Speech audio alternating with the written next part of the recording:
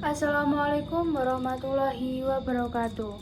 Perkenalkan, nama saya Silvani Maulia Alifiansa, NIM 214207111, Prodi Ekonomi Pembangunan, kelas A. Berikut review materi ekonomi publik. Ekonomi publik disebut dengan ilmu keuangan negara yang merupakan satu cabang ilmu ekonomi yang menganalisis peranan pemerintah dalam perekonomian dan dampak kebijakan pemerintah dalam bidang fiskal terhadap suatu perekonomian.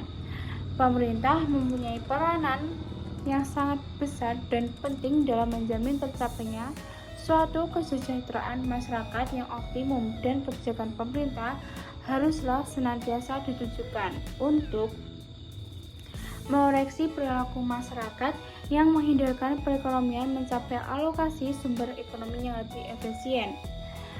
Ilmu ekonomi publik adalah ilmu ekonomi yang menelaah suatu masalah-masalah ekonomi halayak ramai seperti kebijakan fiskal, sistem jaminan sosial, dan ketahanan pangan. Selanjutnya, kegagalan pasar adalah suatu kondisi di mana pasar mengalami kegagalan dalam menyediakan kebutuhan pasar secara efisien atau ketimpangan antara produsen dan konsumen. Dalam hal ini, mekanisme pasar yang tidak efisien akan menyebabkan kebutuhan pasar yang dihasilkan menjadi terlalu banyak atau terlalu sedikit. Serta intervensi pemerintah sangat diperlukan dalam perekonomian untuk mengurangi dari kegagalan pasar atau biasa disebut dengan market value, seperti kekakuan harga monopoli dan dampak negatif kegiatan usaha swasta, contohnya pencemaran lingkungan. Pada mekanisme pasar tidak dapat berfungsi tanpa keberadaan aturan yang dibuat oleh pemerintah. Selanjutnya, yang terakhir adalah penyusunan APBN. Yang pertama adalah pengiriman laporan evaluasi dari anggaran tahun sebelumnya. Tiap departemen, baik di dalam lingkungan, kementerian atau pemerintah daerah, wajib mengirimkan dan melaporkan seluruh laporan evaluasi, penyerapan, dan realisasi dari anggaran tahun sebelumnya.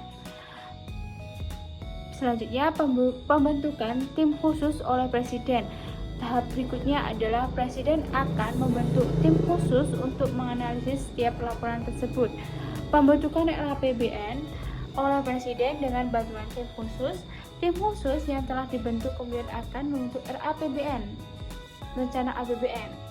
Pengajuan RAPBN ke DPR selanjutnya akan diajukan ke DPR untuk dievaluasi dan dipertimbangkan terlebih dahulu untuk diberikan suatu persetujuan. Selanjutnya, pengesahan RAPBN oleh DPR menjadi APBN. Setelah disahkan atau disetujui, maka RAPBN akan menjadi APBN.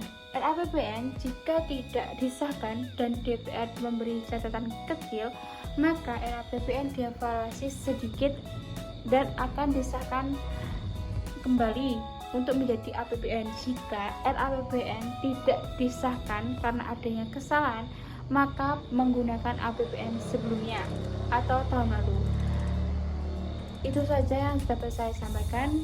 Apabila kurang lebihnya mohon maaf.